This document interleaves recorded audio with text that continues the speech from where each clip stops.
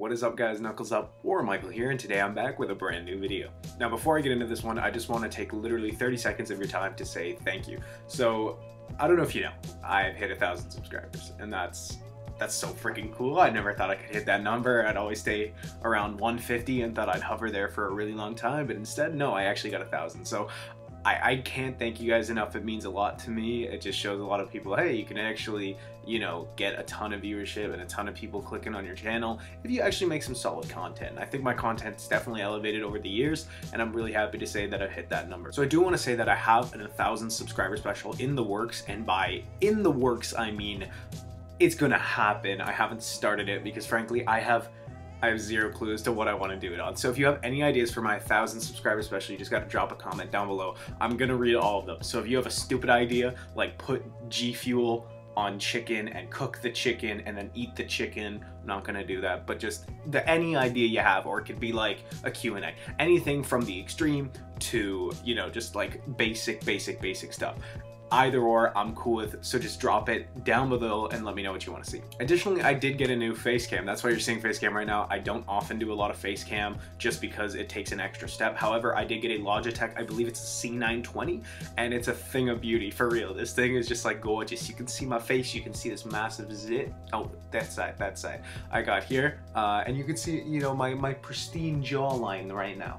It's looking pristine. But basically, I got a new face cam. So what that means is I'm gonna be uploading more like live commentary, let's play videos, and you're gonna be able to see my face, and yeah. And ladies and gentlemen, it is spooky season. This basically means I'm gonna be reviewing Call of Cthulhu for my next video, which, I mean, Call of Cthulhu, it's pretty spooky. You got Cthulhu, he's being called. It's a scary game. Now, I'm going to be reviewing that first. If you have any other horror-related games, I know I never really got to Hello Neighbor, so I might touch that one. But if you have any other ideas as to horror games, definitely drop them down below, because I'm going to be trying to review at least maybe 1 or 2 more for October, just depending on how my schedule goes. I'm not sure if I'll be able to get the videos out, but fingers crossed that I get at least 2 more videos out this month. Without further ado, let's get into Sunset Overdrive.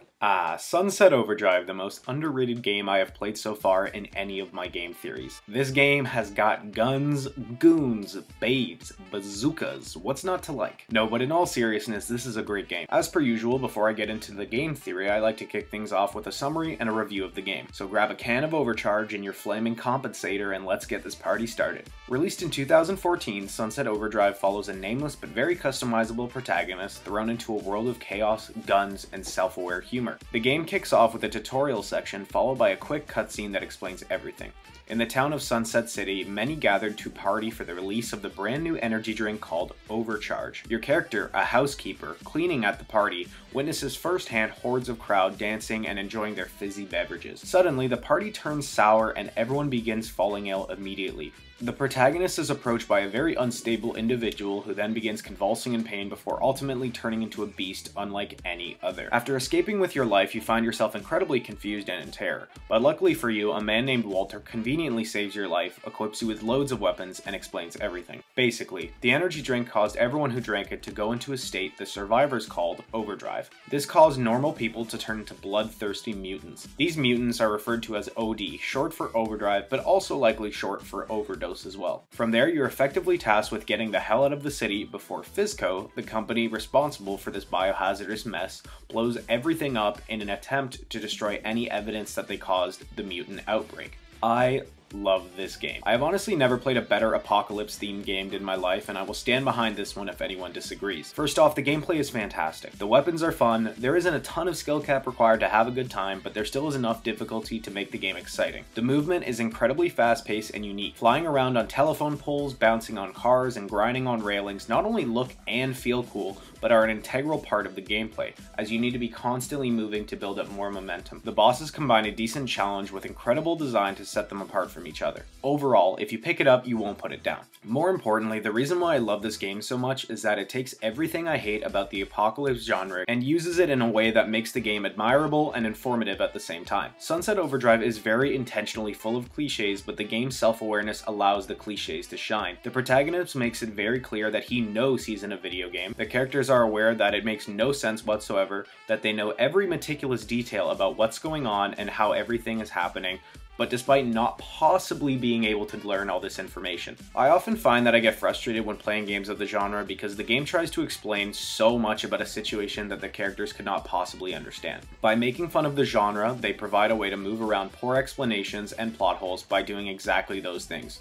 using poor explanations and raising plot holes. For example, a character in the game explaining how the city will blow up if they don't find a way to leave without knowing that information even exists is justified through dialogue by them saying things like this. Well, I know that just because it's a video game and someone needs to explain what the hell is happening. Solving the problem by using the problem. Overall, I give this game a 10 out of 10. Honestly, I love it. I love this game so much actually that I added it to my top 10 favorite games of all time list, which I posted to my Twitter a few days ago. Excuse me, sorry to interrupt the video, but here's a little shameless promo. Go follow my Twitter at @KnucklesUp. Sadly, for people like me who absolutely love this game, it won't be loved by most. This game was released in 2014, which means most people won't be buying it today. More on that fact is that when it released, only 750,000 copies were sold, and for a AAA developer, that's a really underwhelming number. On the bright side, this means that this game is incredibly cheap. So if you have enough money to buy an energy drink in real life, you can afford this game. Now with that out of the way, it is theory time.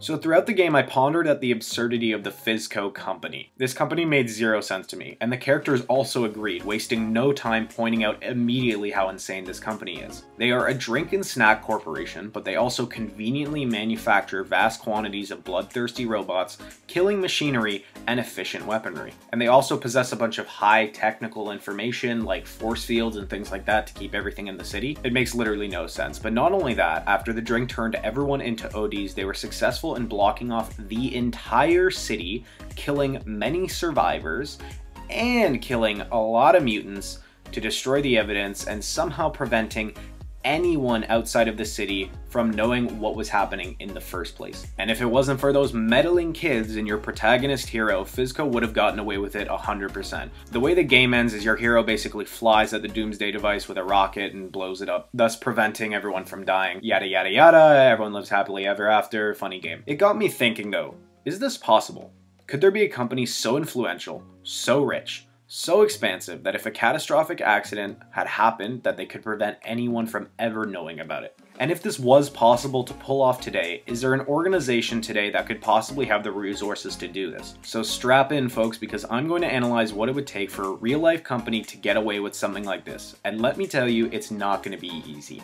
Now let's start with some concrete facts that we have to define before we can continue. Sunset City is a fictional city, but with my best approximation, it is closest to San Francisco. The reason for this is geographically speaking, the cities are fairly similar. Both are fairly dense with buildings, the architecture is more or less the same, the high-rises resemble each other, and I also assume this main bridge in Sunset City is close to the design of the Golden Gate Bridge or the Oakland Bay Bridge. Additionally, the weather in both cities is identical, and San Fran's proximity to Silicon Valley would explain why Fizzco, the biggest company in this fictional world, contains headquarters in the city. While there's no way I can really prove this, for the sake of this video, I'm going with San Francisco. It makes the most sense to me, and no one has provided a better explanation, so if you don't like it, too bad. So for those that don't know, the population of San Francisco is just under 900,000. So for the sake of this video, we're gonna say 800,000 residents have not been mutated, but the remaining 80,000 were turned into OD when the product launched. This is not only a fair number, but it makes my math a heck of a lot easier. Additionally, we're going to operate from the same assumption as the one in game about Fizzco. Fizzco did skip over health and safety regulation with their new product, bypassing steps that would have prevented the apocalypse. While it was really stupid of them to skip this step, Fizzco did not purposely mutate its customers. And you could argue that they indirectly did,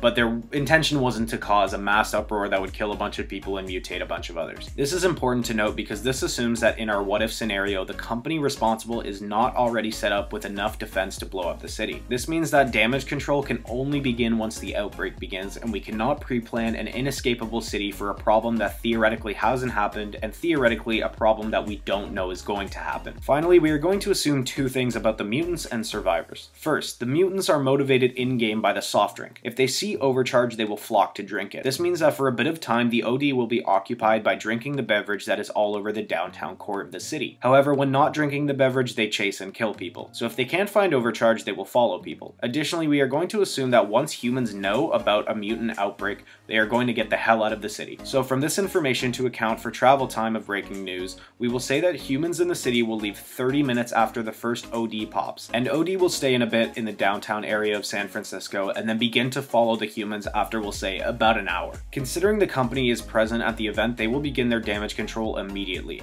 So we have 30 minutes to block any humans from escaping San Francisco's bright orange bloodsuckers. Let's do it. So let's begin with how we are going to do this, and then we can get into what the company would actually need to have in resources to pull this off. So how are we going to prevent anyone from leaving? Well, looking at San Francisco, we only have one option realistically. There are 3 border points in San Francisco. First, the Golden Gate Bridge, and then the Oakland Bay Bridge, and finally, on land, there's a portion at the south of the city that borders neighboring cities. So step 1 is to block both bridges and the southern border. This is easier said than done, obviously, but if these points are not blocked, easy access from anybody means our survivors will get out. Now, initially for bridges, I considered an explosion, but there are 2 problems with this. First, the sheer mess and sound of the explosion large enough to destroy either bridge would give us away immediately. Effectively, why the company in the game are doing this is to prevent anyone from knowing so they can keep their stocks going and so they won't get sued like crazy. This means that no one outside the city is allowed to know what's going on. A sound of that magnitude would give us up right away. Secondly, I am no dynamite expert, but I suggest that to fully collapse either bridge in under 30 minutes is basically impossible. Just the setup alone would probably take hours. Like, these bridges are big bridges. Instead, our company would have to rely on manpower. Rows and rows, our own fleet of soldier lined up at the bridges, entry points, as well as the southern border. Guns as well would make a ton of noise if all fired at once, so we're gonna have to rely on weapons that'll try to subdue people. Things like knives, things like batons, and riot shields, and gas. Additionally, the OD are stronger than the average human, but they're basically still human at the end of the day. They are easily killable with crowbars or knives, so when it's their turn to approach the exit points, we'll take them out the same way as we do the humans. So lining up rows and rows of soldiers along the southern border and the bridges would require a tremendous amount of resources, but could theoretically be possible in under half an hour. Additionally, place some car blockers halfway on each bridge and right in front of the soldiers, and we're in business. Now, the other thing that we'd have to do is direct traffic away from coming into San Francisco. Anyone coming from the south or the bridges must be sent back. Anyone on the bridge at the time of the soldier lineup and the OD outbreak will find out and spread the word to everyone. By preventing travel from every angle, San Francisco is basically locked from the outside world. Now, some more assumptions coming your way. I think it's fair to say that nearly everyone is going to leave by either car or foot. Considering the distance you would have to swim headed for the water under the bridges, the average person would likely die. Additionally, we are going to say, just for the sake of fun, that no one's allowed to leave by boat because the west and east portion of the city are basically the most escapable things in the world. Like, there's no realistic way that you can block those off in such a short amount of time, and that would make the theory impossible. So we're just gonna leave that and pretend like no one in San Francisco has a boat. And I know some of you are thinking about airplanes, but I will get to airplanes later. Okay, so we've now blocked up the exits with soldiers. Anyone who approaches the borders are gonna get stabbed, crowbarred, maced, or gassed, or whatever that's gonna keep them from crossing. 30 minutes is up and all 800,000 people of San Francisco are coming to the exit. We're going to say 40% for each bridge and 20% for the bottom border, given the popularity of the bridges for everyday travel in San Francisco. The only problem now is holding off roughly 250,000 people from a wall of soldiers on one bridge. The only problem is trying to hold off nearly 300,000 people on each bridge. Well, when you think about it, there's still an advantage for the wall of soldiers. Now listen, the number of people and cars are many. Yes, that's a fact. But the fact that the bridges have a narrow point of entry will mean that the people will filter in far smaller numbers as opposed to all at once. This will make the task more manageable for the walls of soldiers and the car blockers. I'm also willing to bet that amid the chaos people start funneling towards the bridges, many will die simply by being trampled, run over, or caught in a wave of masses running for one exit. I'm gonna get a little somber here, but I just want to illustrate this point. A tragic example occurred in 2003. Known as the Station nightclub fire, 100 people were killed and 200 plus were injured when a nightclub's pyrotechnics went off and a fire erupted. The massive crowd all headed for the same front door, and nobody actually went for the fire exits or anywhere else. This blockade caused no one to be able to move. A lot of people fell, a lot of people were trampled, and sadly a ton of people died, as the bar was engulfed in flames in under 10 minutes. More people were killed simply by the fact that they couldn't get out and they were trampled to death rather than the actual fire. Moving back to Sunset City in our theoretical situation, if you think about 320,000 people all going for a 6-lane bridge at the same time, separated down the center, there's going to be a lot of problems. Now let's focus on the southern border a little bit. It's definitely going to be a little bit harder to control because of the ample crossing space on the southern side, but considering there will be fewer people headed for the exit, this will allow more soldiers to focus on fewer people, preventing them from leaving. If we also want to get creative, we can play some pranks. Redirecting citizens from the southern border to the nearest bridge, which is the Oakland Bay Bridge,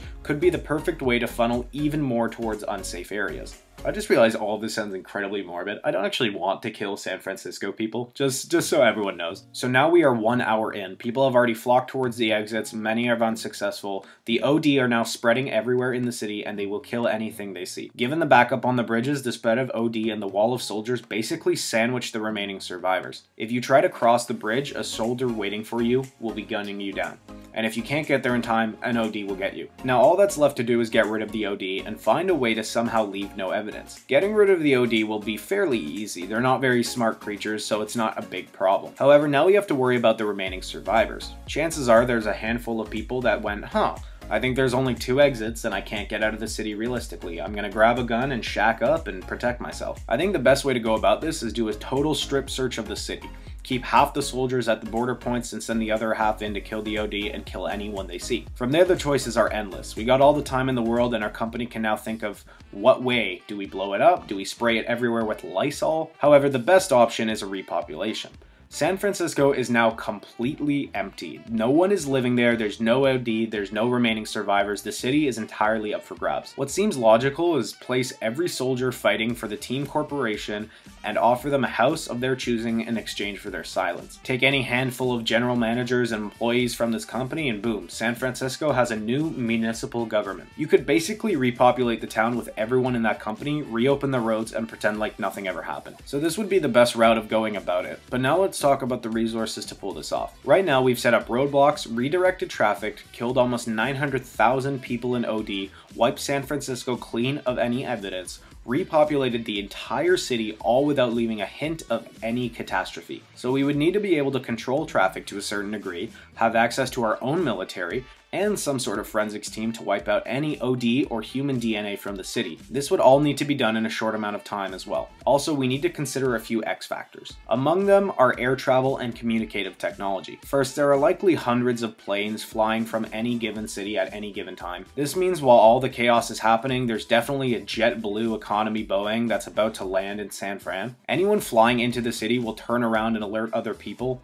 and anyone flying out will be able to do the same. Additionally, anyone with a phone, computer, tablet, anything that has a screen and can contact other devices has to be shut off. Think about it. I could call my great-grandma Gertrude, who lives in Nebraska in the cornfields, and say, "Hey, Grandma, call the feds, there's OD everywhere, I'm about to die." Then everyone would know. So these 2 X factors would mean that we need to take control of air travel as well as communications. And I probably missed a ton more of little details like this, but I think these 2 were especially important and I wanted to highlight them. So when thinking about this and thinking about our world, there is only one entity that comes to mind that has control over land and air traffic, has a military, forensics team, and control over communications. And surprise, surprise, it's not a company, but it's the US government. I mean, seriously, this is the only organization on the planet that could mobilize fleets of soldiers in 30 minutes, turn off all access to communication with the flip of a switch, prevent any travel in or out of a city, and make everything fine the next day. So this basically means that Fizzco is the most powerful company to probably ever exist,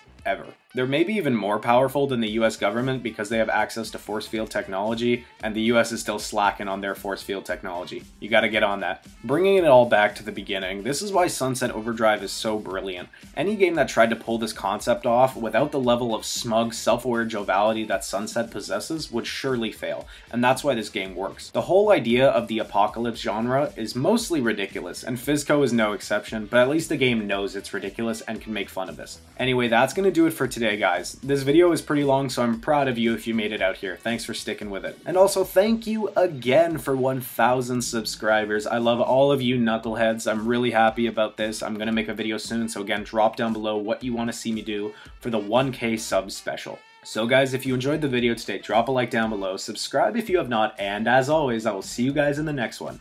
Peace out.